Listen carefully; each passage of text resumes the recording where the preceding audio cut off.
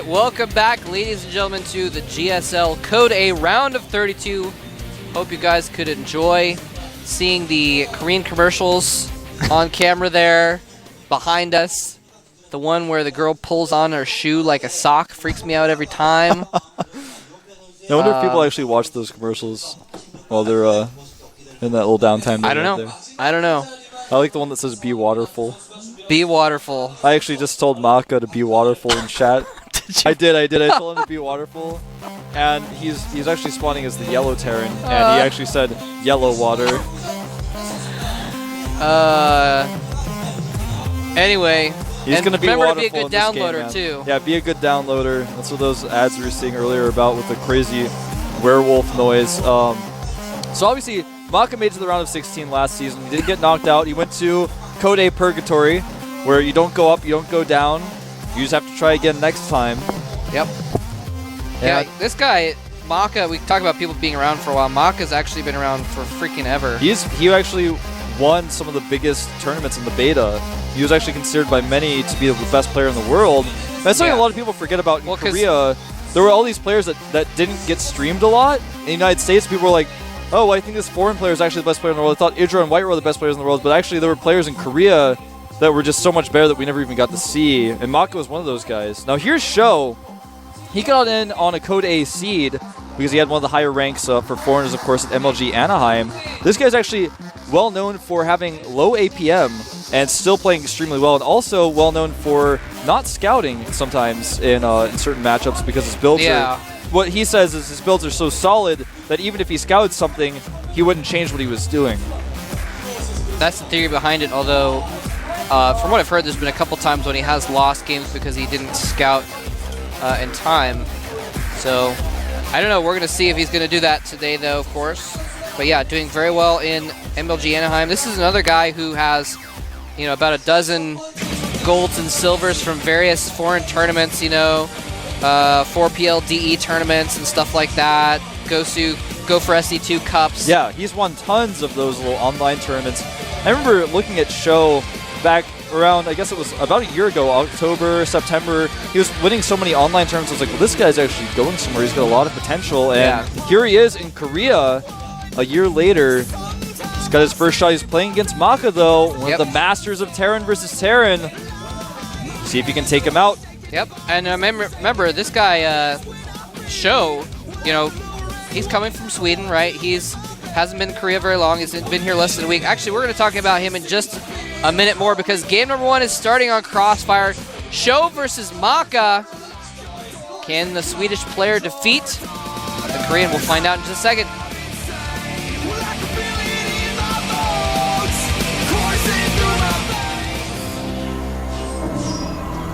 And here is our Korean Terran player in the yellow. Last season, he beat Dream in a TVT, but lost to Lenok. MaKa Prime win. And he actually beat SC in the Super Tournament, then lost to Pult. So he's had some ups and downs and strikes and gutters in his TVT. But here is his opponent coming from Sweden. Got here through his spot from MLG Anaheim. Dignitas Sjow. Sjow. What I was going to say is this guy here, he actually 2-0'd former TSL member Rain. He took a game off Bomber in MLG, so he has beaten Koreans before. You do not want to underestimate this guy just because he's a foreigner. Absolutely not, man. And, you know, right now, just want to point out the APMs, but even with spamming, MaKa's at 233 APM. Sjow is just hovering around 78 APM, and I want to keep going back to that because APM is considered by many to be just a sacred and holy thing. You know, you have to have high APM to be good at StarCraft, but Sjow has shown that he actually makes each action count. He has shown it. Yeah, man. It's showtime. It's showtime. He's here. I hope he advances just so we can make that joke more. Yeah, we probably can. We'll see. It's not MaKa Prime time, it's showtime. It's MaKa Prime time and showtime at the same time. Oh, wow. This is going to be quite a show. Oh. Anyway, both players going for pretty much the same thing here. Sjow has opted to get a Marine out. And I don't think MaKa's even getting a Marine right now. Now he is. A little bit later. Yeah, MaKa's barracks was actually a little bit closer to the ramp, so it took him just that few seconds longer to finish it and get that marine out. Second gas going up for MaKa. MaKa's really well known for his timing attacks, and when I talk about the Korean style of going Banshees in TVT, I talked about this a lot on my cast. Those of you guys who haven't listened or don't know what I mean, when I say the Korean style is you target down not SCVs but actually Marines, and then you follow up with a timing attack and kill your opponent. You target down these siege tanks you can find. You keep his unit numbers low, and then you go and kill him with a timing attack, whereas the Foreigner style is more so to go for the economy, go for SCVs. Yeah. Yeah, and I mean, it just depends on what you want to do with it. If you are going to go for the timing attack, it's better to kill the units, actually. If you want to play a macro game and just get that lead and like take a faster third or something, then it's better to get the SCVs. So factories around the same time for both these guys. Sjow actually finishing up just a little bit faster. And it looks like he's going to throw down a command center. MaKa's factory is actually hidden. I wonder if that means we're going to see him do something a little bit different. We're definitely going to see Cloak Banshees, I think, from yeah, MaKa. that's what I'm thinking. Actually, now he gets the tech lab on the starport, it's definitely going to be Banshees at least. Does he have both gas? Yeah, he does took both gas, gas, so probably Cloak Banshees, right.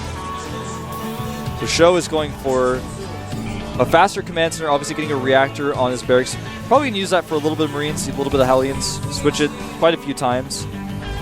And as you can see, no Hellion being produced for MaKa. Definitely going for Cloak Banshees. So already got that tech lab ready. Starport's going to lift here very shortly. There it is, switching it. He's got plenty of gas. In fact, he'll have enough gas to make Cloak and a Banshee almost immediately afterwards. There it goes. Beautiful. Nice timing by MaKa. Command Center finishing up here for Sjow. He is switching immediately the factory with the barracks, so you can get reactor Hellions out. Wants to control the middle of the map with those, but unfortunately for him, that's not really what you want to have against Banshees. He's making a Viking though, and this is really smart. A lot of people like make a medevac first because they want to do that drop with a few Hellions and a few Marines. But if you make the Viking first, you're absolutely safe against Banshees, and that's what he's doing here. And you can even still, excuse me, you can even still do that if you get the Viking first and you make a medevac after that. Yeah, then you can still do the drop, but then the drop is actually even safer. Because then you can send the Viking in first. You can send the Viking with it to block. If they have a Viking, exactly, you can engage Vikings instead of their Viking just killing your medevac. And if they have no Viking, you can land your Viking and do a little bit more damage to that Viking. Yep. It's always good to make a Viking first. And if they have a Banshee, you just kill it. It's true. Cloak is upgrading, and it looks like it's going to be finished just before this Banshee does get over to the base. He has no eBay, and he doesn't have a scan. He's probably going to have a scan by the time this Banshee gets here. And in fact, actually, he didn't use any scans on his new orbital just yet, so he does have one scan saved up from that. So he is going to be able to scan and kill this Banshee if he wants to. Here comes the Cloak Banshee now, targeting down SCVs, actually going for the Marine first. Yeah, I'm actually a little surprised he doesn't, well... Oh, he just dropped the mules. Oh, he doesn't have any scans. He's going to have to ride this one out. He has one more scan. Does use it, and it looks like the Banshee may escape. What? Just barely getting out of range of that Cloak. Nice micro by MaKa.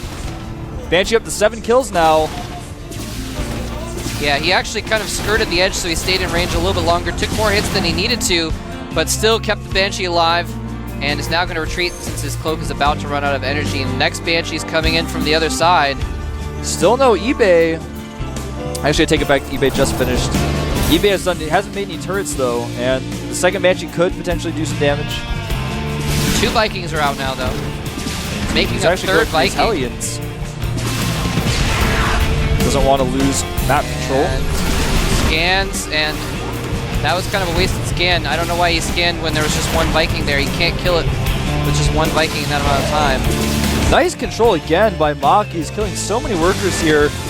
Right now he's got a total of... Oh, Sjow needs to get that Viking over there. Oh, there man. he goes. There he goes. And one shot.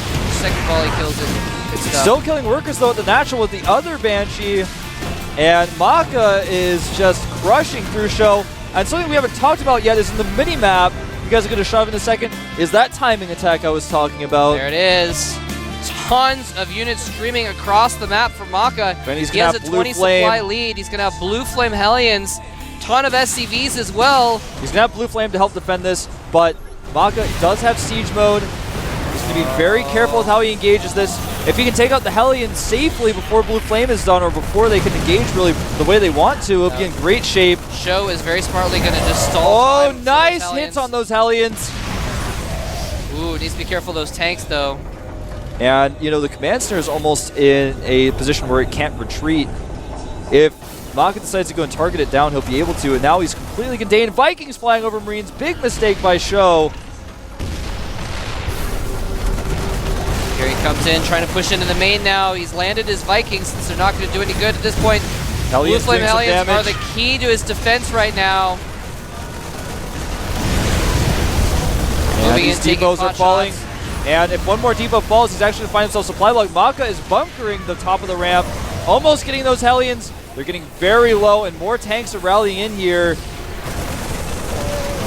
Wants to get that bunker up.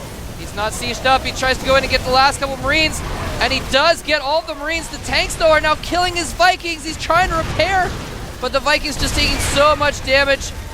SCV's coming off the line to attack as well. Luckily, he's barely going to fend this off, but at what cost, Wolf? At a lot of cost. I'll give you some numbers, guys. 26 SCVs for MaKa to 14 SCVs for Sjow. The unit counts right now are for MaKa 1 Banshee, 2 Siege Tanks and 4 Marines, to 3 Hellions and 2 Marines for Sjow. Sjow, though, has 2 orbitals. He'll have double mules and double SCV production, whereas MaKa, he's got his own orbital. He hasn't moved it down yet. And, you know, he hasn't had that extra production capability for as long. Wow. He doesn't have the same amount of mine that Sjow has yet. He needs to move that down, but this next attack might just end everything. He's still got Cloak Banshees. The turret has just been remade at the natural. The Banshee still just does so much DPS. Yeah, he only has 1 Marine to try and fend that off because he lost all of his Vikings to tanks. Didn't keep any alive in the air. And now this Banshee can just do whatever it wants. 2 Vikings being made for Sjow at that reactor at Starport. But what are those really going to do against the Siege Tanks and Marines that are going to be, you know, still doing damage to these SCVs? The SCVs can't really escape. He's probably going to try to land them on top of the Siege Tanks, but there are Marines guarding them. And look at this, the Banshee going to do so much damage to the SCVs at the natural. They're all on low hit points. Yeah, they're going to have to not looking good for Sjow. Vikings coming out to defend. Is he going to target down the Vikings? Oh, makes him scan even though he didn't have any energy. That was like a 1-second cloak there, but still forced the scan. SCV is repairing the Vikings. They're at least good for something down there. MaKa actually just now moving his command center over, moving it really late compared to how long he's had it up. But back at home, MaKa's produced a lot of his own Hellions, and he's going to be following up this attack up with more Hellions. Wow. And he's in a great spot right now. Right now, supply-wise, MaKa 64 supply to 38 supply of Sjow. Does MaKa have the Blue Flame upgrade as well? No, he does not. He actually has double reactor factories right now, making 4 Hellions at a time. Oh my goodness. Actually, I take it back. He does have the Blue Flame Hellion upgrade. He got it during all that action. I didn't catch it. Killing a Hellion here in the middle of the map. I don't think there's anything Sjow could do to come back from this. I don't think so. His SCVs are still trapped outside of his base. He could try to make a drop ship to pick them up, but that's like the only way he could escape with those SCVs. He's made a Banshee, which is the only way he could get back into this, is by having the air superiority. I think he still has a couple Vikings around. Yeah, right now he's got 2 Vikings out in that Banshee. Banshee chases away these units for now. The Siege Tanks have to go home. And MaKa never went over and killed those SCVs in the corner, so he still got them. Yeah, he kept those SCVs alive. A lot of them are on low hit points. Worker count 37 to 25. MaKa has 3 command centers, though he actually made a 3rd command center during all of this. He's also got a 3rd factory up. Make a reactor for his starport to catch up in air. And, you know, even though Sjow's got these 2 Vikings, they're not going to last long. No, look at how many Hellions MaKa has. Ton of Hellions. What the Hellions, man. Oh my gosh. He's just like, all right, I can mass up whatever I want. Let's spin the dial and see what it comes up with. I'm going to make a ton of Hellions. And look at these SCVs you were talking about earlier. How long are they going to last here? They are not going to last very long at all. And now the Hellions can actually just ignore the Banshee and go into the main. He's actually targeted down the command center with his Hellions. He has that many. The Banshee just can't do enough fast enough. These Hellions are going to run straight into the main supply line, and we're going to see a GG any moment now. Yeah. MaKa is going to take game number 1 against Sjow. GG. Maybe it is, in fact, MaKa prime time. It may be, man. Taking a sip from his Gatorade. Feeling good.